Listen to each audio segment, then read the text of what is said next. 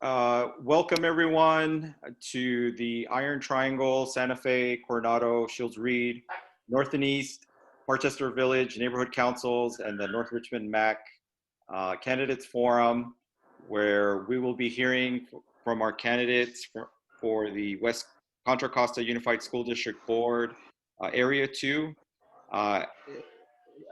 in the first hour, and then in the second hour, we'll be hearing from our candidates for the Richmond City Council District 1. So welcome and thank you for being here today. This is the first year that Richmond is going into district elections, and we felt that it was important that not only that we hear from our candidates, but that we also show you what area we're talking about, because the maps are not the most obvious. So let me share with you the map. Can everyone see the map?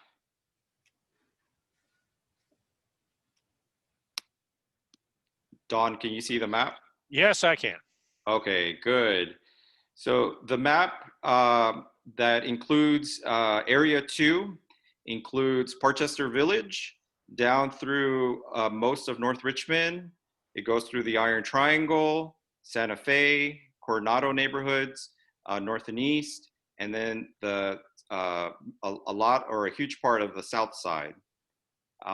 So just wanted to make sure that folks know or are familiar with the area, so that when you receive your ballot, if you are in this district, you know what area it covers. But if you're not in this district, why you may have a different set of candidates. So just wanted to make sure folks have this information, since this is a new thing for this year's election. So with that, I would like to kick it off or pass it on to our moderator, Don Gosney, who will be moderating tonight's candidates forum. So thank you all. Thank you very much, Oscar. And since we're still got the map that we're looking at, if anybody wants detailed information about it, I can provide you with a link to the interactive map where you just type in your address, or I can send you a PDF from the county elections office. It'll show you street by street what this district or what this area is. Just email me at, my name is one word, Don Gosney, DONGOSNEY at Comcast.net, and I'll be happy to forward it on to you. And now we'll get into our opening and closing statements, along with the questions themselves. We will, of course, have an opening statement. At the end, we'll have a closing statement. I'm going to let the opening statements be said, and then I've got some instructions or explanations before we get into the questions. On the opening, each of you will have 2 minutes. And we are going to go in alphabetical order by your first name. So we will start with Audra Goldie Williams, with Lupe Anlana, and then O3 Christian. Okay, in your opening statement, we'd like you to please state your name and your history living in Area 2, followed by anything else you wish to highlight. Make sure to focus on what distinguishes you from your fellow candidates. We'll start off with Goldie Williams. Thank you very much. Good evening and buenas noches. I'm Audra Goldie Williams. My preferred pronouns are she, her, and hers. My preferred name is Goldie. I am a mother of 3, a grandmother of 2, and a community mom to many. My home has been open to the youth of our community for many years and always will be. I've lived here in Richmond for 14 years, and I am a DEI, that's diversity, equity, and inclusion professional. I have over 30 years of experience in corporations doing HR and DEI related work. Inclusion is very important to me, and everyone deserves a seat at the table. I am the co-chair of our district's African American Site Advisory Team, or ASAT. I've been fighting for our youth and our African American and Black students because our district hasn't served them well. We recently advocated for African American and Black children, and when we did, the district initially said that they should receive $750,000. Well, we fought and we won. and we actually they received $7.2 million in support and services. Our advocacy has led to real results. Why am I the #1 candidate in Area 2? Let me tell you. I'm the only candidate with over 3 decades of professional experience in fields like HR and DEI that are extremely connected to this role. And I have my own established business. I'm not just about setting goals, I meet them. I'm the only candidate that has a deep support from both African American led and the Latino led organizations and leaders, as evidenced by my growing endorsements. Living in the flatlands, I understand the struggles we face on a deep personal level, especially with my own children. I've seen and experienced firsthand what this system does to Black youth, and I've worked hard to get successes that we've had.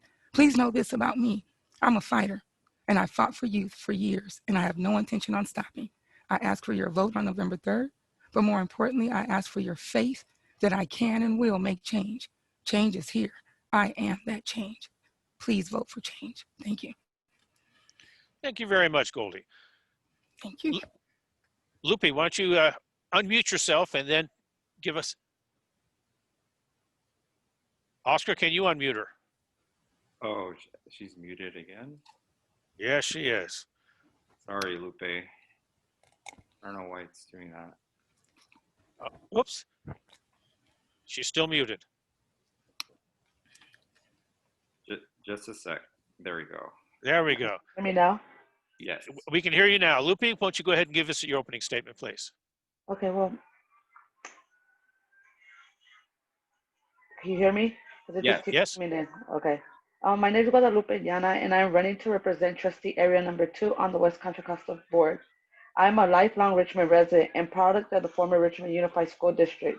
My experience as a student in many district programs has offered me key insight into the work that needs to be done. As a mother with 4 sons who are current and former students in the district, I now stand in the parents' shoes and understand the importance of family engagement, access to accurate information, and true representation. Throughout my years of volunteer service, I have built strong relationships that help me advocate and support the needs of our students, parents, and staff. I currently serve for the co-chair for the City of Richmond's Children and Youth Oversight Board, vice chair on the Citizens Bond Oversight Committee, and the District Control Accountability Parents, Students, the DLCAPs. I am also active within my local neighborhood councils, including Coronado, Santa Fe, and the Iron Triangle. I understand the value of quality education.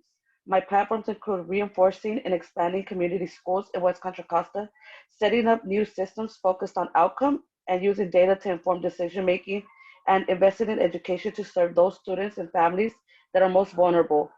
As the only parent with children currently in the district in schools in Area 2, I strongly feel that we need community voices at the decision-making table, authentic community voices that represent the community. Not any other organization, not any other franchise, but really speaking for the community, going through the same struggles that many of our families are going through. I think it's time that we elect parents on the board that are going to focus in on the parent voice the community needs to help educate our children and make the essential decisions that we need to build this district, because for the last couple of years, what has been missing is the authentic community voice, the parent voice on the board. Decisions are being made that impact our students on a daily basis. So we need to be able to now stand on our own and be able to represent our own community. Thank you.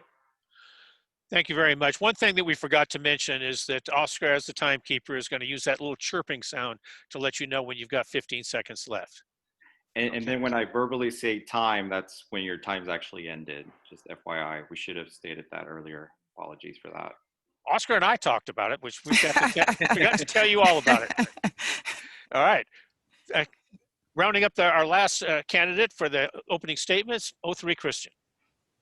Good evening, ladies and gentlemen. My name is O3 Christian, and I am the past president of the Iron Triangle Neighborhood Council, and been the leader of the Neighborhood Council from 2005 all the way up to 2015. And I worked hard and diligently in my community. I'm running. I'm the lead campus safety officer at Oswego High School, a youth minister, and a candidate for the West Country Coastal Unified School Board Area 2. I'm running because I care about our children, number one, and I want them to succeed.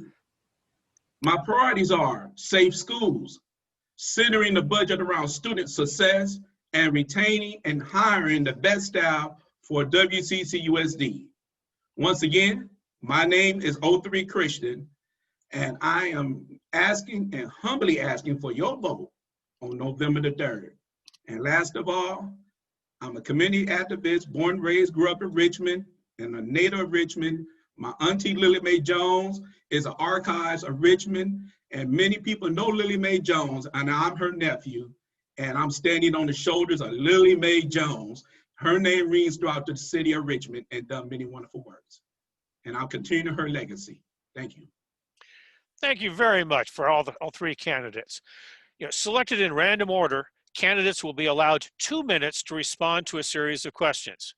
After all three candidates have responded, in the same order as before, each candidate will be given 1 minute to rebut comments made by the other candidates. So this is actually a forum/debate. This rebuttal period cannot be used to merely expand on what they've already said. As the moderator, I may shut a candidate down if this rule is not followed. Please don't make me have to do that. A candidate is also allowed to pass if they choose to do so. We all get that? You nod your heads up and down? Okay. Kind Right. of, but we'll figure it out. Yeah. We learn as we go. Absolutely. Question number 1, and this will be Othri, Goldie, and then Lupe. Question number 1 is on community involvement. You will have 2 minutes. Please describe your involvement in the WCCUSD Board Area 2 community, highlighting leadership positions you have held in the community. Thank you. I've been the president of the Iron Triangle Neighborhood Council, past president, worked very diligently hard to improve our community in the Iron Triangle. We also brought in a brand new park, which is the Nevin Park, $2.some million park, through the redevelopment before redevelopment agency left. Also been the past president of the Richmond NAACP branch in Richmond, worked diligently hard to improve the lives of people of color. And also I was the youth advisor of the NAACP branch in Richmond as well. So my roots go real deep, and being an employee, working in the school district, working with our students, working with Black and brown students, making sure that our students are not overlooked. One thing I do is show love and I care. And because many people know me and they call me Christian because that's my last name, and I work diligently hard to make sure equity is across the board. As a leader, I'm about committing to making sure that our students in this district, Area 2, will receive the resources, and I will fight all the way. Like I say, I stand on the shoulders of Lily Mae Jones, which is my auntie, who fought very hard for many people in Richmond, and I stand on her shoulders. She's my foundation. And that, like you say, we built on a foundation in order to push forward. So that's my message. Okay. Goldie, question number 1. Can you please repeat the question for me? Yes, I can. Please describe your involvement in the WCCUSD Board Area 2 community, highlighting your leadership positions you have held in the community. Gotcha. Thank you very much. I've been here since 2006, and when I got here, I have been running. When I started, my children went to Coronado Elementary, and I created a program called Got Goals. It's a youth motivational program, which I ran through Coronado Elementary, as well as the teachers started using it and started using it for parents. At Coronado, I was part of at the time, PTA. I was part of every board and everything that we can have there. As a parent, I was also involved in classroom support for our students. I am currently the co-chair of ASAT. I just got nominated to be a member at large, which means I'll be on the executive team of the NAACP. So that's current today, just happened a few days ago. I'm the head coach of the cheer team at El Cerrito High School, excuse me. I am, or have been, a youth pastor at PFBC Church. I've served on the SSC at El Cerrito currently, the previous term, as well as years ago when my oldest daughter was in school as well. And I I have one more note and I can't read it. There's other offices I've held, but the biggest thing that I would say, the best role I've had is community educator. I have a partnership with Girls Inc. I run my program there. I used to be the director of College Bound Girls for Girls Inc. I've also done work at Richmond PAL with my program. So I have been on the ground since I got to Richmond and held several different positions. But I would say what's most important to me is community mother, and then my being a mom and a grandmom is the best position that I've had since I've been here. Outstanding. Lupe, Well, my investment in the community has been as a member of the DLCAPS for the last 4 years, the District Control Accountability Parents and Students. I also sit as the vice chair to the Citizens Bond Oversight Committee. I am the adult chair to the Richmond Children and Youth Oversight Board that was passed with measures E and K. I have worked to organize the first ever Leestrom Catchment Summer Program in the Leestrom area back in 2018. When we see the need that no summer school is going to be actively done within our community. I also started in coordination with the youth group at the local church, St. Mark's Church, the first ever summer camp program for youth. So it was a sports summer program back in, I want to say 2007, I want to say.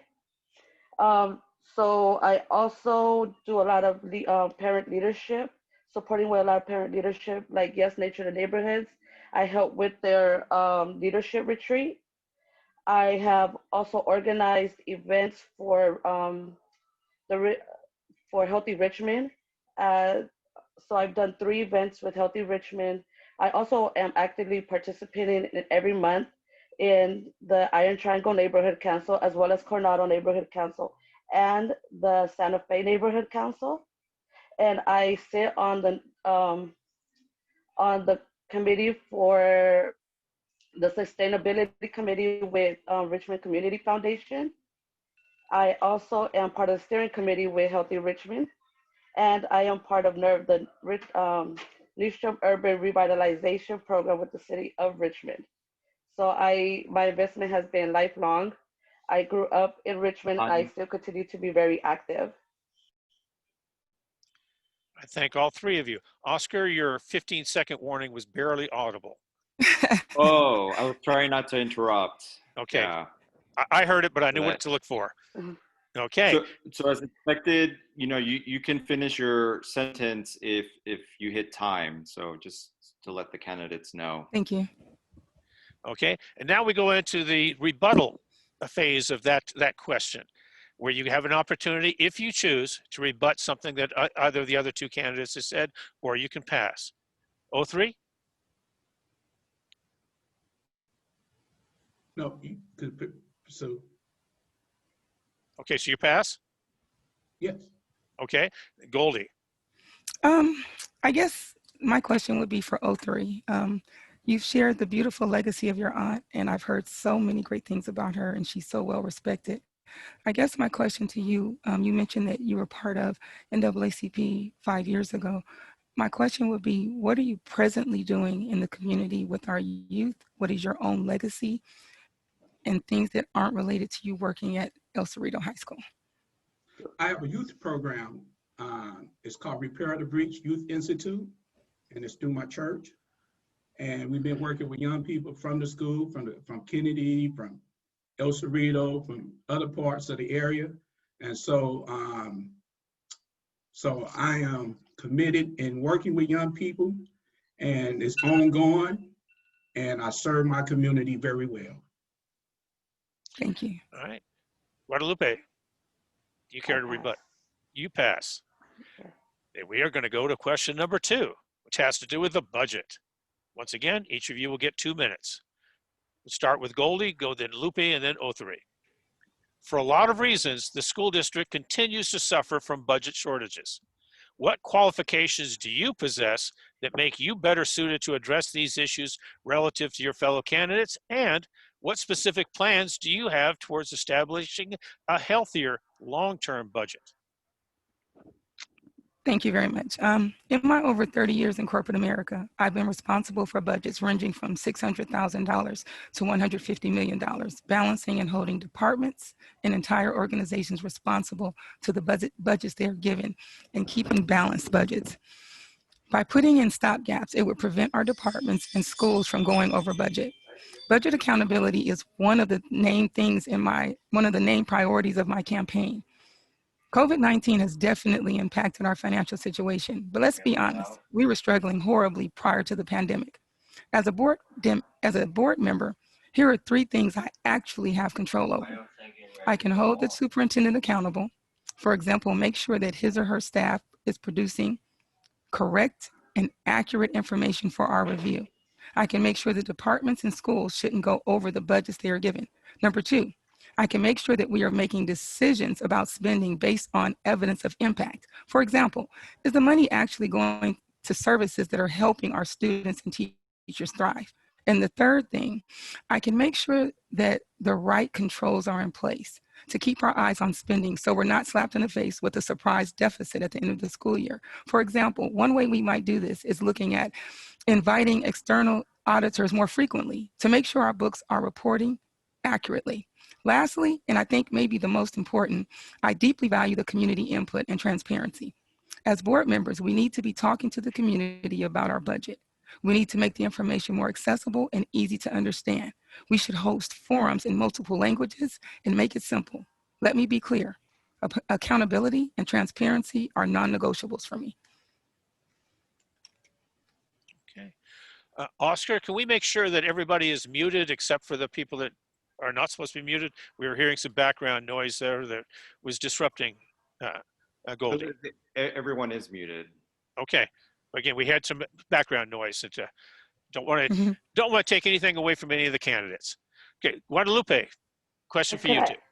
Can I also ask that maybe Oscar rewrite the question in the chat just so we don't have to keep asking? For the question, can you repeat the question? Okay. For a lot of reasons, the school district continues to suffer from budget shortages. What qualifications do you possess that makes you better suited to address these issues relative to your fellow candidates?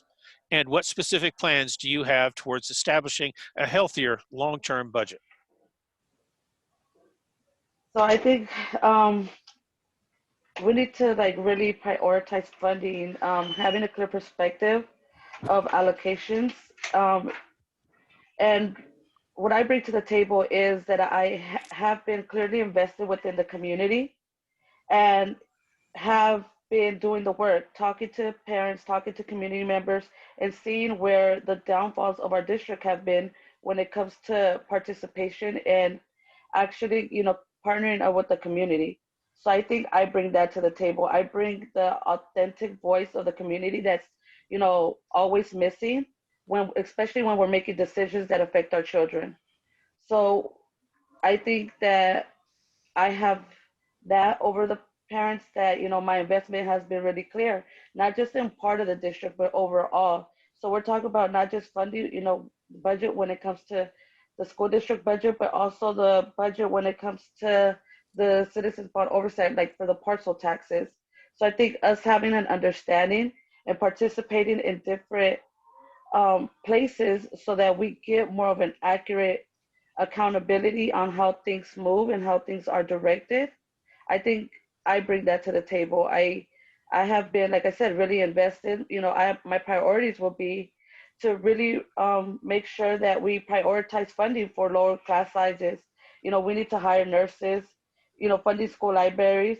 So I think really making sure that we have the community voice at the forefront to be able to address the needs and supports that our community needs, not just having the experience when it comes to, reading budgets and talking about budgets. I think a lot of the board members bring that to the table, but I bring something different. Okay, 03 Christian.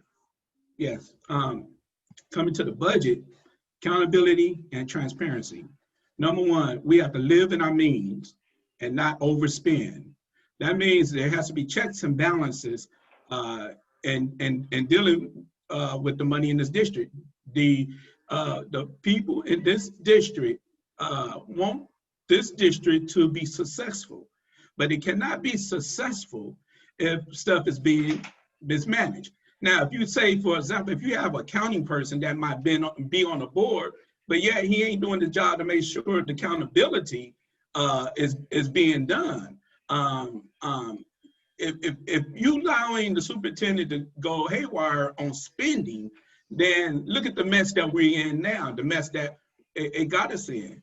And so, and then especially dealing in the midst of this pandemic, and so forth. But the thing is, you need somebody that's going to stand up for what's right and making sure that we have a healthy district, a thriving district, a successful district to improve the lives of our young people and making sure that we are hiring and retaining the good staff in this district and making sure this district is thriving and pushing forward as we approach 2021. We have to be running, and as a board member, I'm going to work with the other board members so we can bring a healthy balance in this district and fight for our people, fight for our students, and making sure that the job is done. Thank you very much. Okay, let's go into the rebuttal phase of this question. It's the same order, Goldie, Lupe, and 03. Goldie.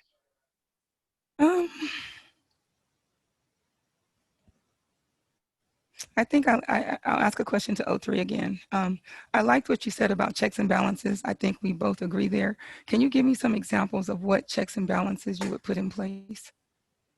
Yes, the board and the superintendent's supposed to work hand in hand, and everybody's sitting down at the table, and that's why I say transparency and accountability. So, and then also being transparent to the community at large, so the community to know how the money is being done, how the money being spent. But see, the thing is, I've been an employee of this district for a long time to see how stuff is being done, being shady and not being done correctly. And so I'm saying is that in order for this to happen, you have to have a team, like a football team or a baseball team, everybody working together to win.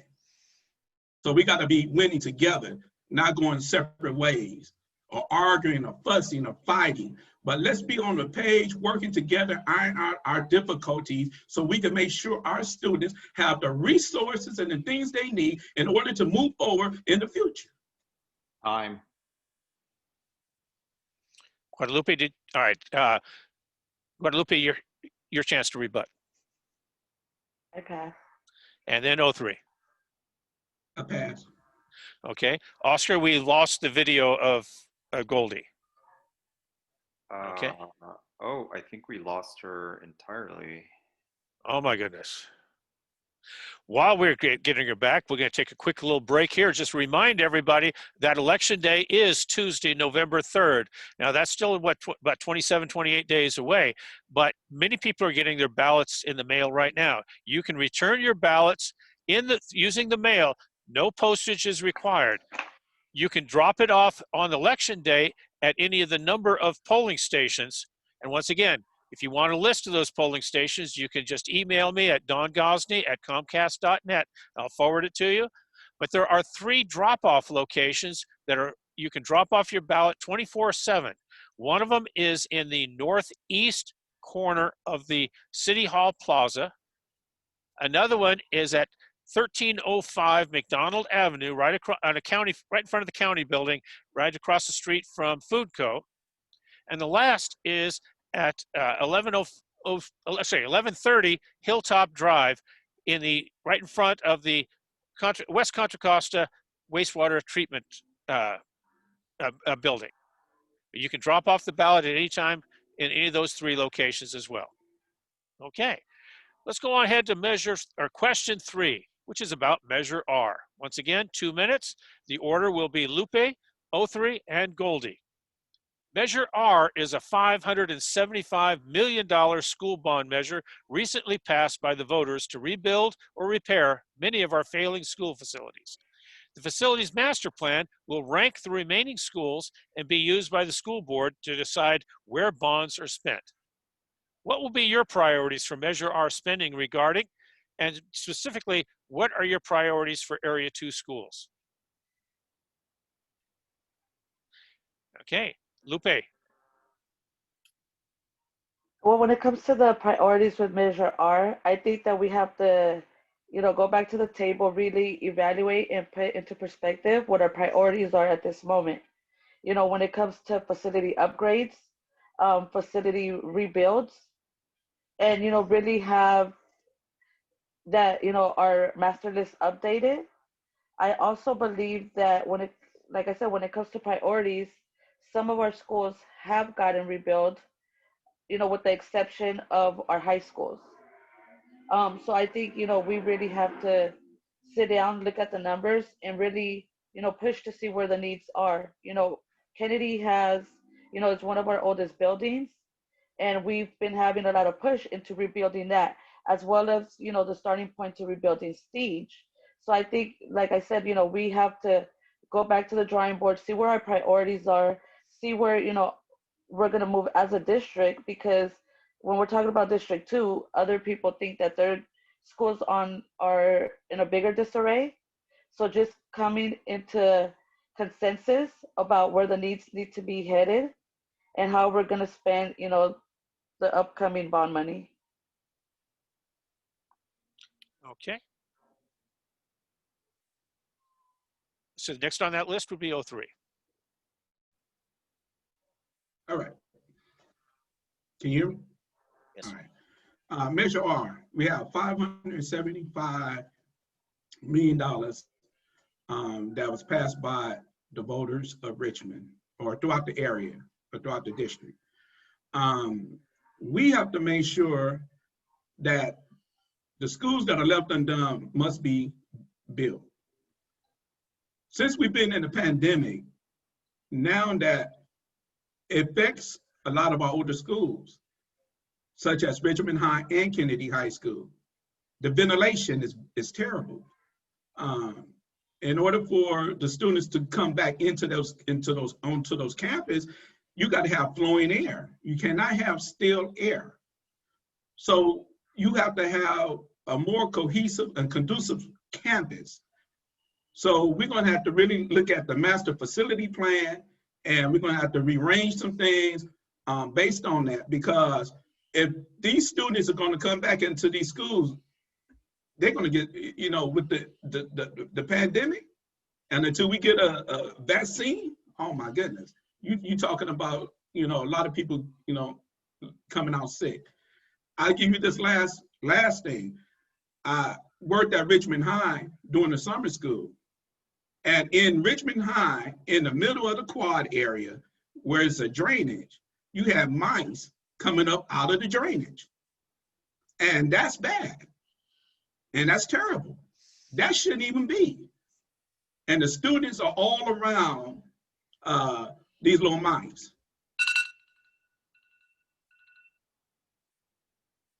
Are you done? You've still got 10 seconds. Oh, 10 seconds. So what we're gonna have to do is prioritize and really look at the whole thing. And it's gonna take the board and everybody at large, the community, to really look at it. Thank you. Goldie. Thank you so much. Both Guadalupe and 03 have said a lot of the things that I think. I think that it's not lost on me that in this district that we have schools that look like they should be on the front of a magazine. And then we have classrooms that don't even have windows.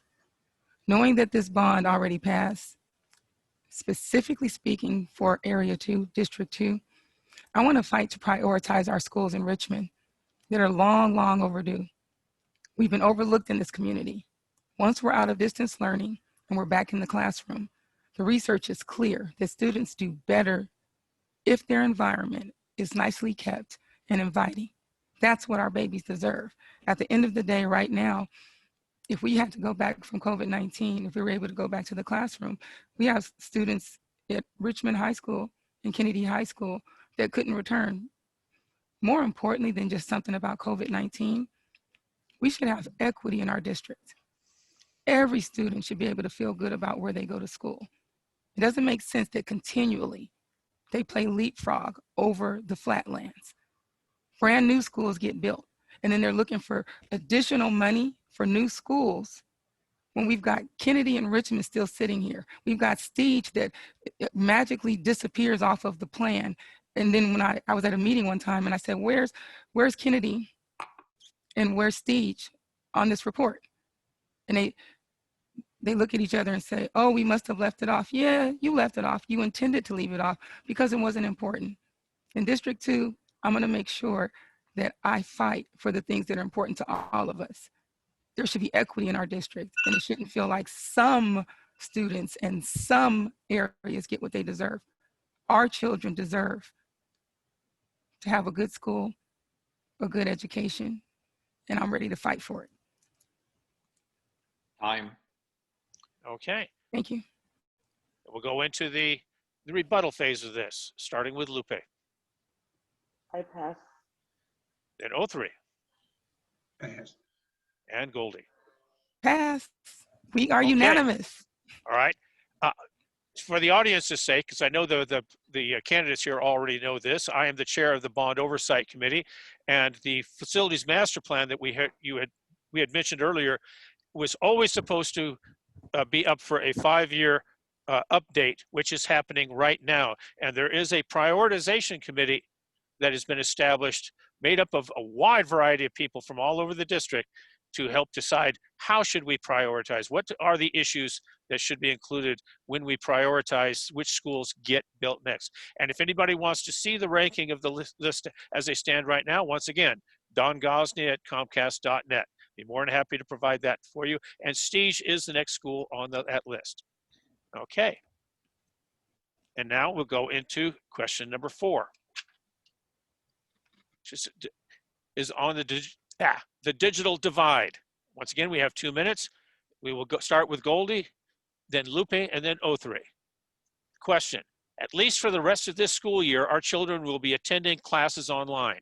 Sometimes there's access to Wi-Fi lets them down. Sometimes the bandwidth isn't sufficient in their homes or neighborhoods. And sometimes students don't even have access to electricity to power their laptops. Students in Area 2 are disproportionately affected by the digital divide and the challenges it creates for distance learning during the COVID-19 pandemic. The question: how do you intend to support the students that have issues connecting to distance learning due to inadequate internet or computer access, homelessness, or any other factors that more affluent neighborhoods may not suffer from? Goldie. Thank you for that, Don. This is a huge issue in our area. As you saw, here I am a candidate and I'm an adult and it's almost 7 o'clock at night. And what happened? I'm in the flatlands and I lost connection. It's something that's really difficult for our students, really difficult for the parents assisting them. The simple thing is this: we should make sure that we've already talked about these hubs that should be located at schools. Those need to become a priority because you said it best. It's not just the student that doesn't have access to internet in their home. What about the student that doesn't have access to a home, but still has a desire to go to school? We have to absolutely open up the hubs at the schools to make sure that the kids have access. Another thing I think, just being very frank and honest, I think as a community, we know the problems that the district represents. I think as a community, it's going to become time for us to literally say, along with the district and everything we expect and demand for our kids, as a community, we're going to have to come together as well. I also think that we need to leverage partnerships with external agencies. And when I mean as external companies, like all the big tech giants that are nearby. I think that I recently submitted something, and I don't even want to talk about it because I don't know if it's going to happen. But if it doesn't happen, if they don't respond to me, I'm going to ask that all of us collectively decide what companies that we're going to reach out to, because we absolutely need to figure out what to do for our children. At the end of the day, we have kids that are moving further back in the gap because of the divide. And at the end of the day, it's our responsibility to make sure that they have access to those hubs. Some of them have Wi-Fi hotspots that aren't working. it's our responsibility to give them access, and we can do it through the School for the Hub until we can create more access. Thank you. Thank you. Lupe. Well, I think when we're talking about the digital divide, I think we have to look at it not just from the school district perspective, but that's something that we need. That's one of our essential items that we need, across the board. We really have to start holding accountability within our city representatives to see how we can actually partner up and figure this out together. How can we make sure that Wi-Fi is available, that we have free Wi-Fi modules along the city? That means at our, local housing projects. A lot of the work that we did right when we went into distant learning was, calling every um, housing project to make sure, if they had Wi-Fi available, if we could put these transformers in that would, really support the education of the kids, but they were only going to be in certain sites. Then, it goes beyond that. When we're talking about the digital divide, it also means, supporting the parents, supporting through the parents to be able to support their students.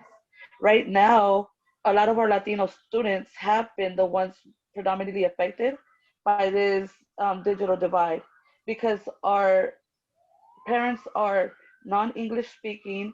The community is not translating communication to, the district is not putting communication accurately out for them to understand.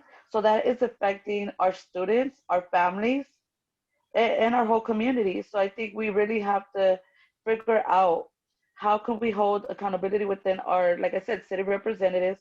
How can we work together to make sure Wi-Fi is accessible to all, but also how do we now educate and support our families to be able to navigate the distant learning, so their children are not falling further behind. Thank you. O3, do you have any response to this? Yes, the digital divide is very real, and it's affecting our low-income families, Black and brown, and our low-income areas, which are in area 2. And one thing about it is that we never prepare. Our district never prepared the foundation to build and making sure that our kids have the resources they need in order to go to the next level. So many of our students are going to be so far behind when we come up out of this. I'm talking about students presently that I have talking to recently, and they said, Christian, they said, man, I don't even get on there because it's frustrating. Some of them just tune out. So right now we have a lot of students, Black and brown, that are basically not even online, on virtual. So a lot of our kids right now are suffering, but we can't help it because we understand we are in a pandemic. But the fact is that the district has to make sure and they need to send people out to these homes, send them to connect to find out what's going on. In order to bring the resources, we need those resources in all these areas. I remember back in the day, I worked, I did a lot of volunteer work with BBK, a lot of the organizations back in the day. And that was one of the things they were supposed to help bring into the area where in low income areas where they have access to the internet. And so that was back in the day. But here we are in 2020 and we trying to figure this thing out. Well, it takes leadership to lead and build and grow and make things better. So it's going to take leaders to help this district to get back on track. Just like this country in an important election. It's going to take good leadership in Washington, D.C. to make it happen. If we don't get it, then this is the result that we're in right now. So we got to do a lot.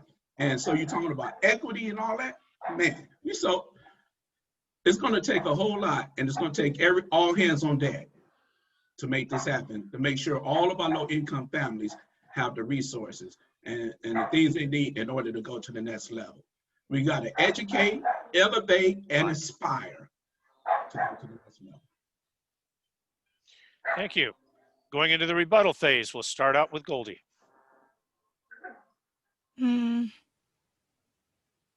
I'll pass on this one. And Lupe. I pass.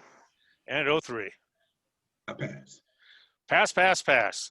That takes us to question number 5, which may be our last question before the closing statement. We'll see how much time we have left. This is on educational reform. Once again, 2 minutes. We'll start with 03, then Goldie, and then Lupe. Can you identify the educational shortcomings that impact Area 2 students the most? And what plans do you have to solve these problems? All right. Number one, we got to look at the foundation. Elementary is the foundation.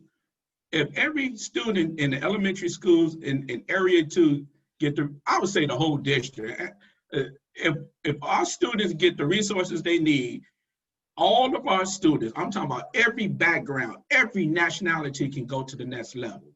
We have to push the right agenda. So in order for us to make education what it can be, we got to make sure that we put in the right resources, especially when our students get to high school. They should have a general idea of where they want to go in life. Everybody's not going to go to a 4-year institution.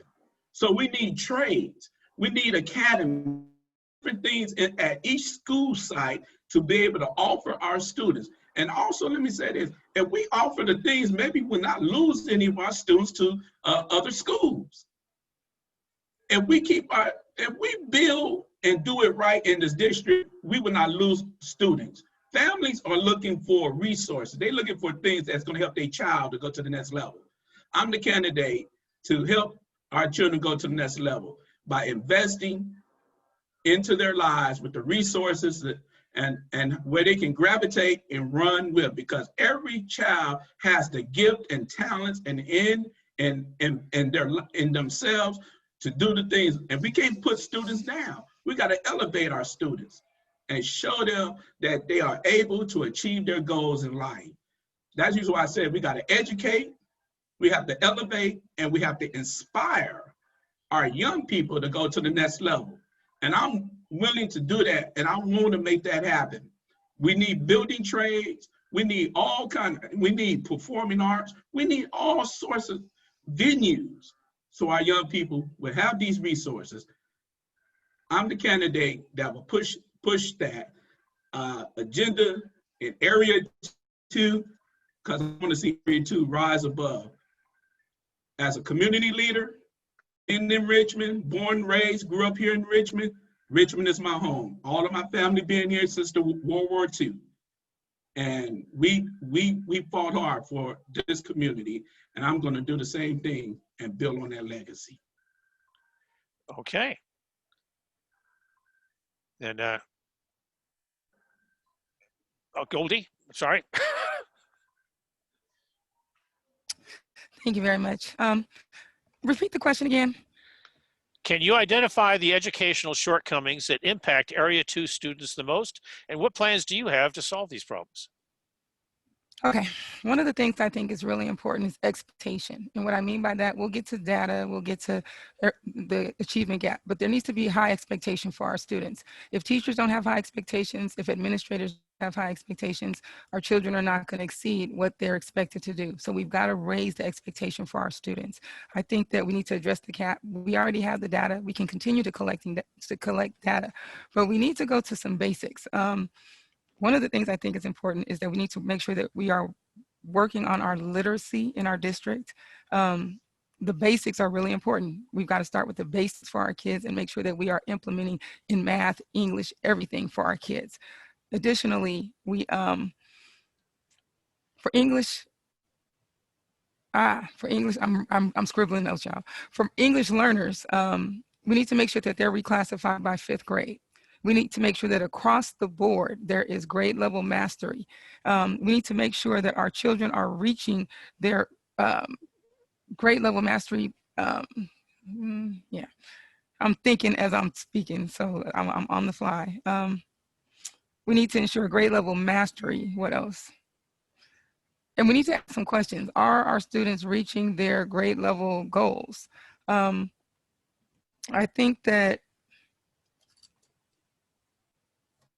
when you look at statistics and you look at the data, the majority of our kids are not reaching. So at this point, we need to absolutely step in and get back to basics, making sure that we are ensuring our children are literate, meaning we are concerned about their literacy, whether they're English speaking or English learners. And I think that grade level mastery is really important. Thank you. All right, Guadalupe, why don't you finish up this question, please? Okay, well, to me, when it comes to, what affects our children in area 2, I would want to focus in on, really community schools. But that focus on whole child, that means focusing in on the emotional well-being um, of the child and of the families. Also addressing the needs as food and housing insecurity. I think that's a big thing.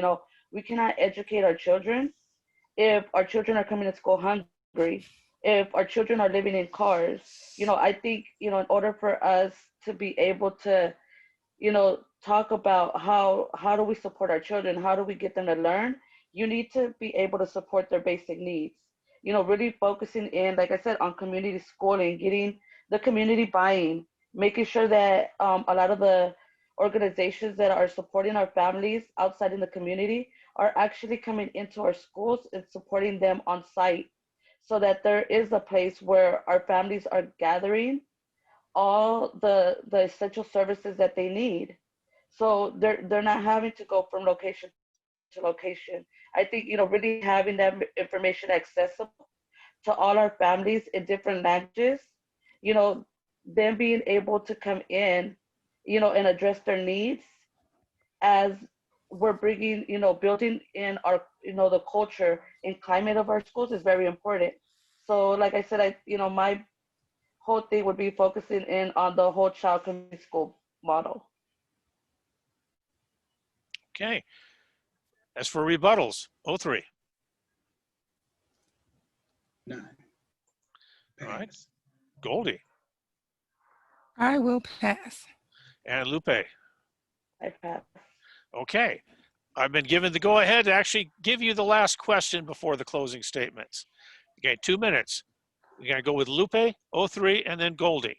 Why are you running for the WCCUSD Board of Education to represent Area 2? And tell us what makes you better suited for this position of trust than your opponents. Lupe. I am running because, like I said, I believe that, as stakeholders, we all deserve a seat at the table. I think as parents, we invest a lot of time into our children's education, supporting our children. I have supported different sites. I've done the groundwork. I currently sit on a multitude of, committees. I work with a multitude of organizations in the community, supporting, all our residents. And I think, that's what's going to make me the best representative, a school board member, because the piece that we're missing is the actual community voice on our school board, the authentic community voice that could actually come in and say what the needs are at our different school sites, because I visit the school sites. I am on the ground doing the work. I don't just work out with the community, but I've also worked with the district. I was on the hiring panel to hire the community engagement director. I sat on the hiring panel to hire the new police chief. So I have the diversity when it comes to the work that I'm doing, the work that I've done, the relationships that I built inside our schools and outside of our schools, to be able to then put those and merge those things together to really move forward in a direction of accountability and transparency, not just from our school district, but also from our city government.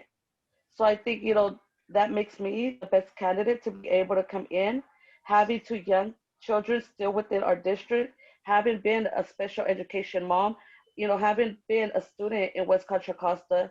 I've been part of the system. I continue to be part of the system, and I'm part of the community. And I've done the work.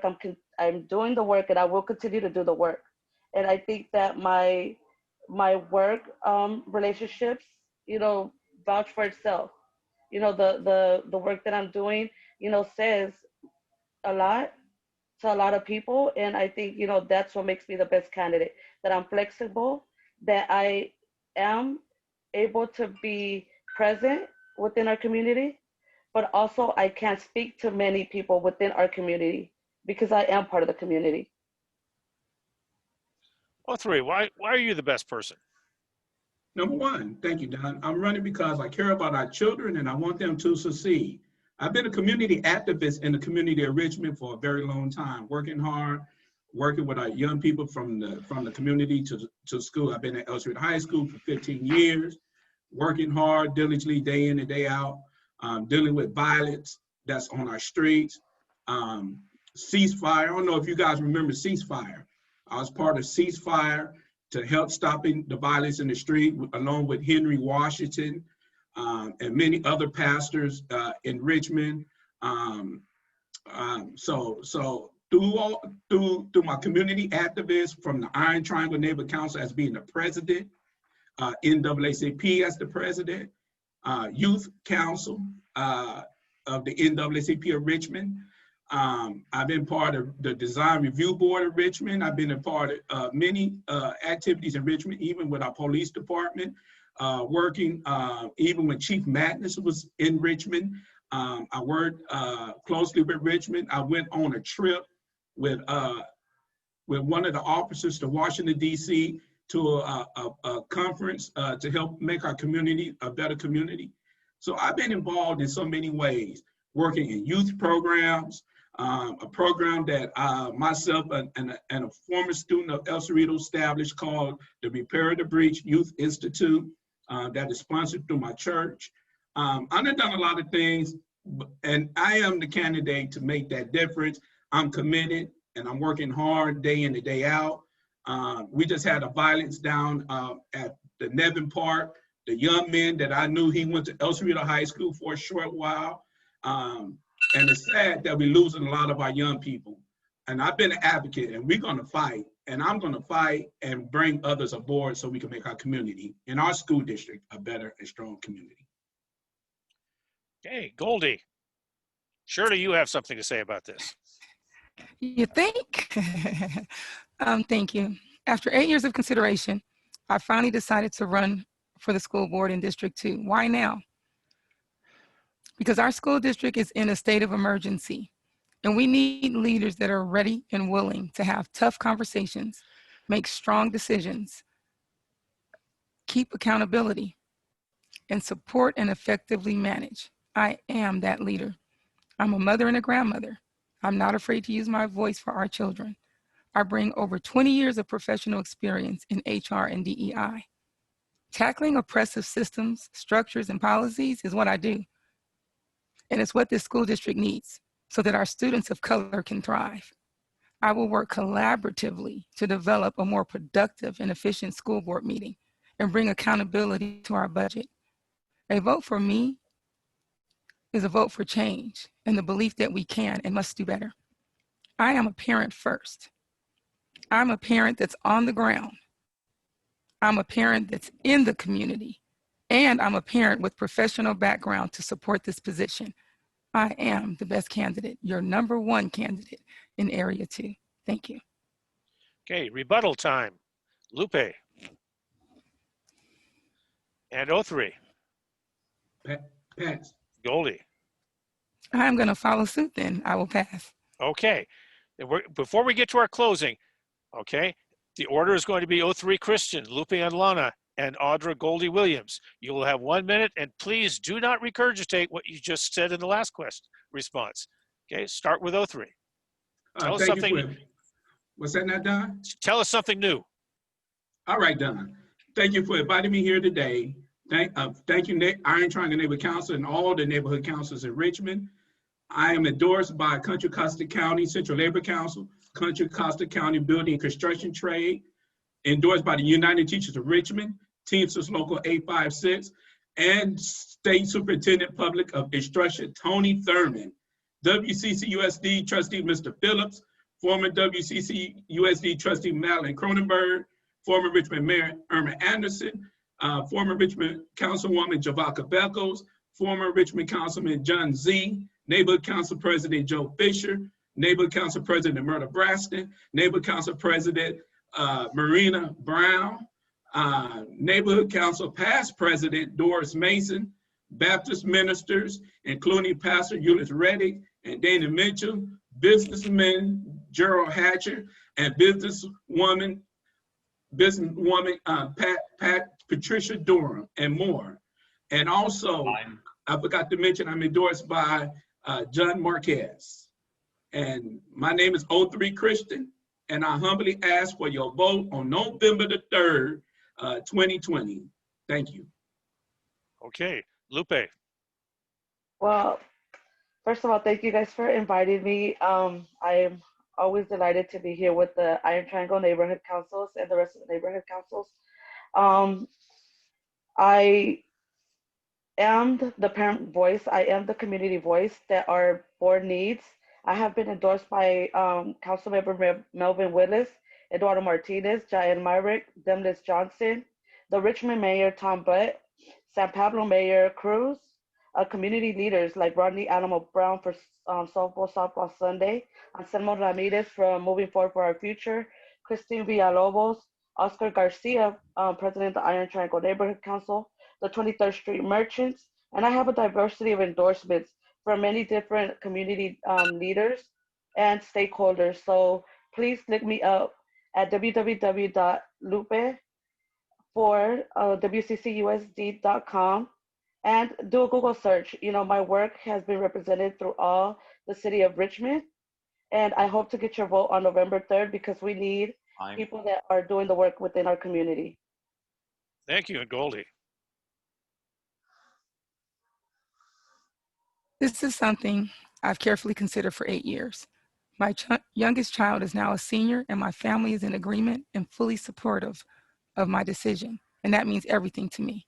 Now, let's talk about my bigger community, this community. Since I've been in Richmond, I've been on the ground, providing direct service to our youth and families. As a youth pastor, founding Got Goals motivational youth program at Coronado Elementary, partnering with Girls Inc., being a cheer coach at the Richmond Steelers, and much more.